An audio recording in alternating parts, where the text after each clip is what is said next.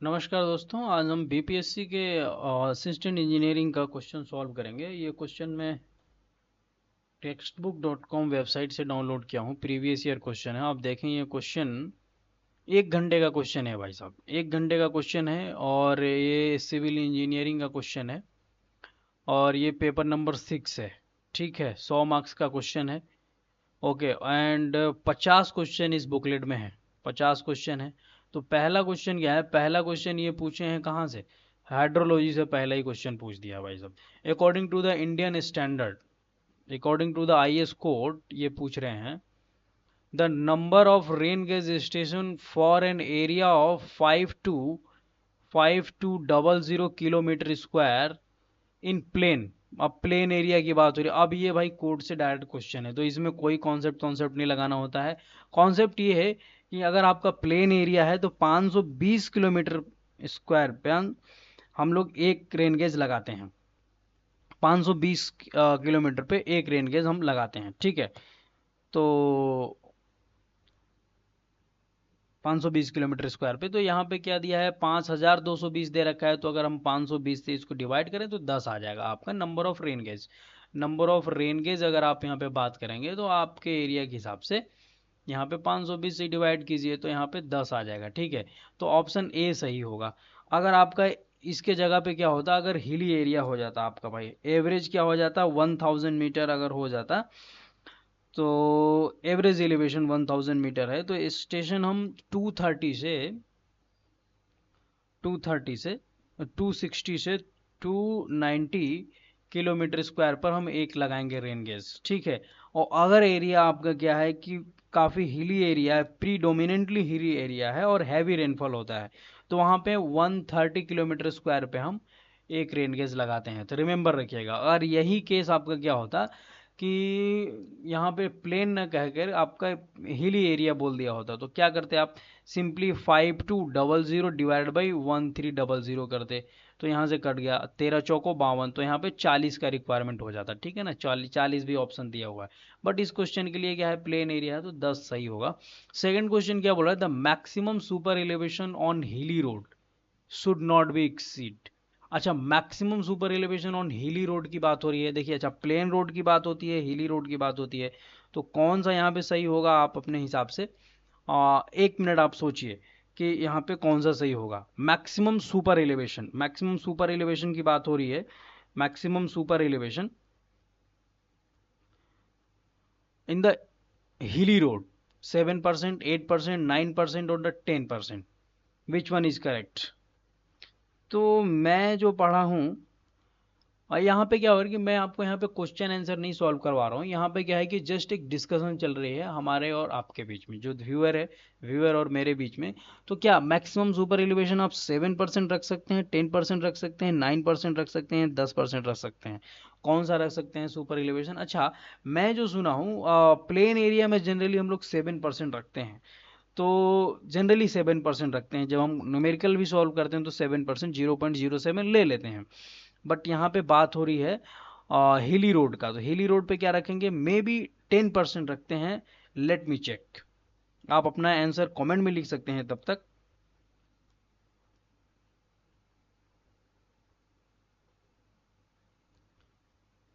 तो जो maximum super elevation है, तो क्या है, R I C has fix the minimum limit of the super elevation in plane and rolling terrain and is and in snow bounded area as 7% or 0.07, and the taking such maximum traffic into consideration on hilly road.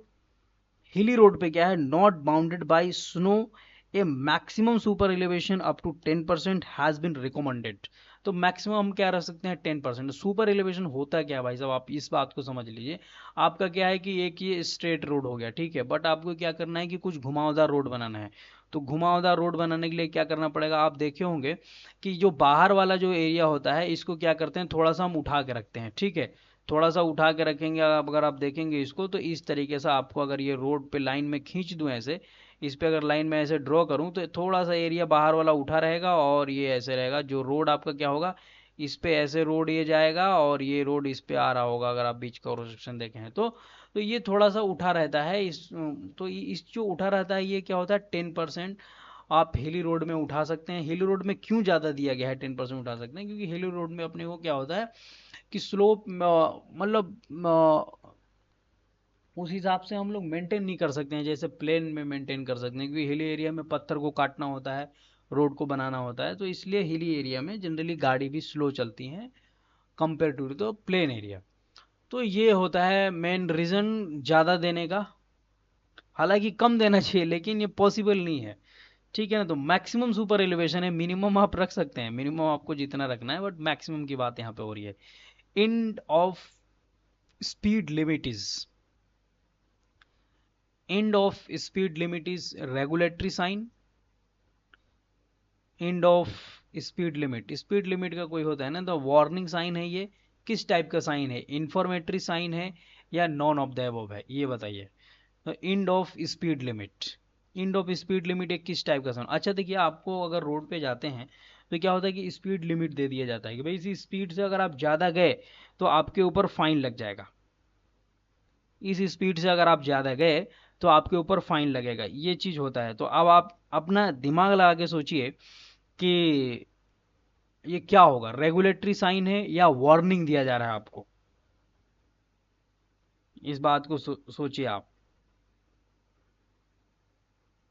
ये आपको किस type का दिया जा रहा है, warning दिया जा रहा है या फिर आपको रेगुलेटरी किया जा रहा है। तो ये आप क्या है, one type of warning sign. Speed limit sign are the circular in shape, circular shape में आपने देखा होगा with red broad and the black symbol on white background, ये चीज आपने देखा होगा, ब्लैक सिंबल से लिखा होगा, जो उसका वाइट बैकग्राउंड होगा और जो उसका बॉर्डर होगा वो रेड होगा। And the warning sign generally are triangular in shape with the red border and the black symbol on white background. For example, hairpin bend, narrow bridge, and the school ahead and etc.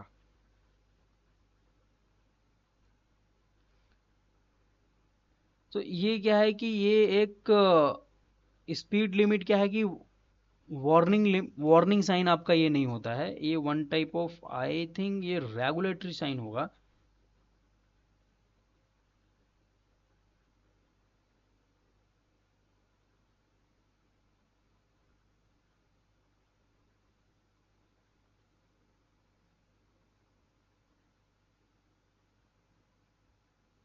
ये one type of regulatory, let me check.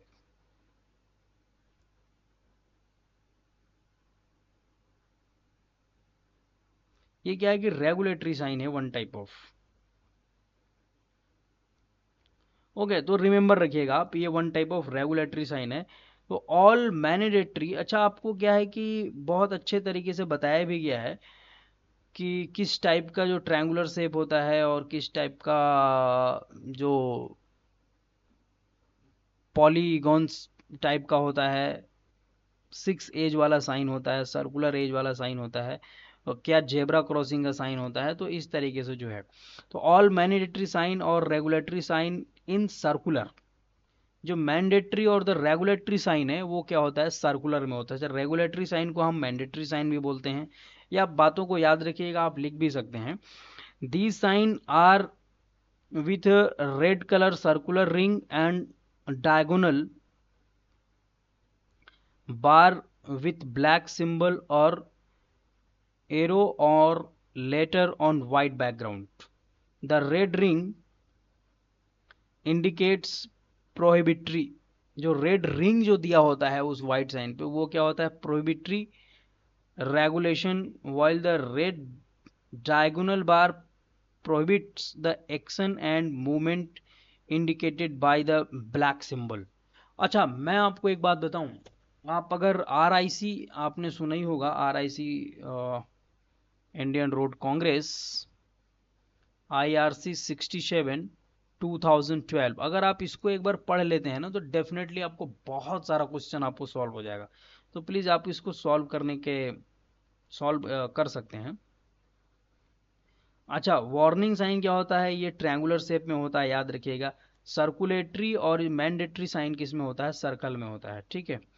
तो इस बार informative sign क्या होता है? Also called the guide sign are provided to assist to the driver to reach their desire destination. जैसे petrol pump हो गया, advance direction sign हो गया, ये सब क्या होता है? इंफॉर्मेटिव साइन होता है। इंफॉर्मेशन आपका दिया कहाँ पे लॉज है, कहाँ पे क्या है, ठीक है। तो warning sign are the triangular in shape with a red border and the black symbol on white background. For example, hairpin road, narrow bridge, school ahead, etc. तो याद रखिएगा भाई साहब, इतना मैं रट रहा हूँ, मैं भी याद रख रहा हूँ आपके साथ साथ में। ओके, छठा क्वेश्चन क्या है? द स्ट्रीम लाइन है between two stream line represent what? Discharge represent करता है भाई साहब, याद रखिएगा इसको, ठीक है। The difference between two stream line क्या होगा? और डिस्चार्ज ये देता है कैलकुलेशन में। अगर आपको इस तरीके का क्वेश्चन चाहिए तो प्लीज़ कमेंट कीजिए, मैं क्वेश्चन इस तरीके से लेके आऊँगा। एंड ये इसका option I think the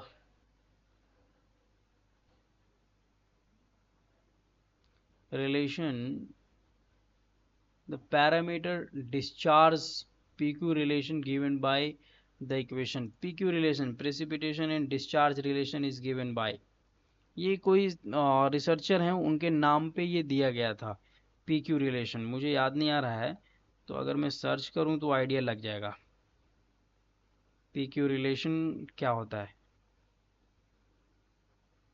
okay, थोड़ा सा वेट कीजिए।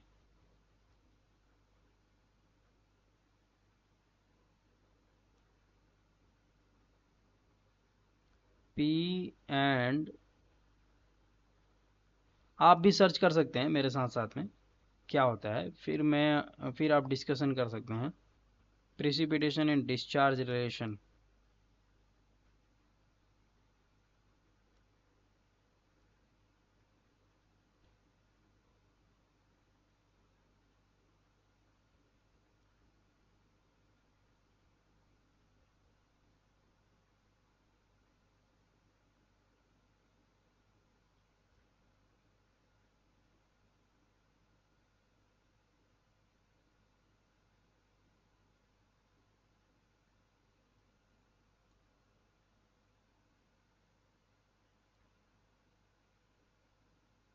अच्छा, ये बहुत मैं लंबा जा रहा हूँ इसके चक्कर में।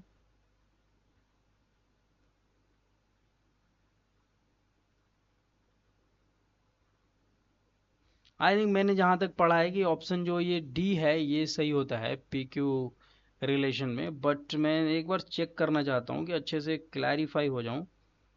और मुझे रिमेम्बर भी नहीं आ रहा है कि कौन से रिसर्चर थे जिन्होंने ये दिया था। अगर आपको याद आ रहा हो तो आप कमेंट कर सकते हैं।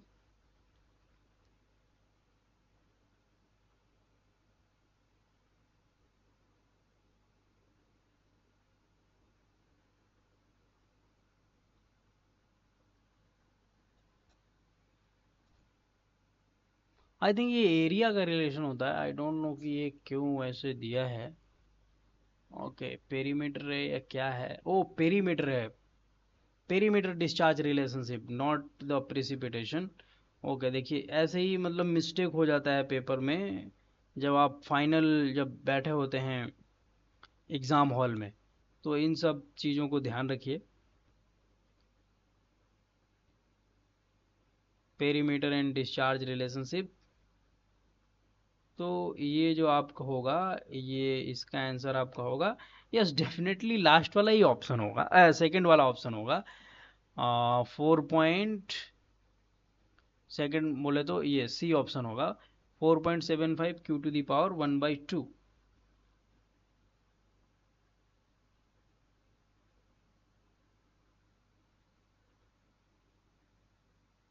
ओ, ओके ओके ओके, ये जो क्वेश्चन है, ये क्वेश्चन कहाँ से है मैं अभी गेस कर लिया। ये जो क्वेश्चन है आपका है लैसी थ्योरी से।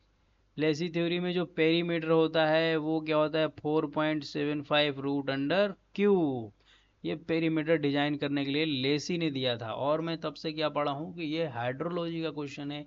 एक हाइड्रोलॉजी में भी एक ऐसा क्वेश्चन होता है, क्योंकि हाइड्रोलॉजी चल रहा था इसलिए कंफ्यूजन हो गया।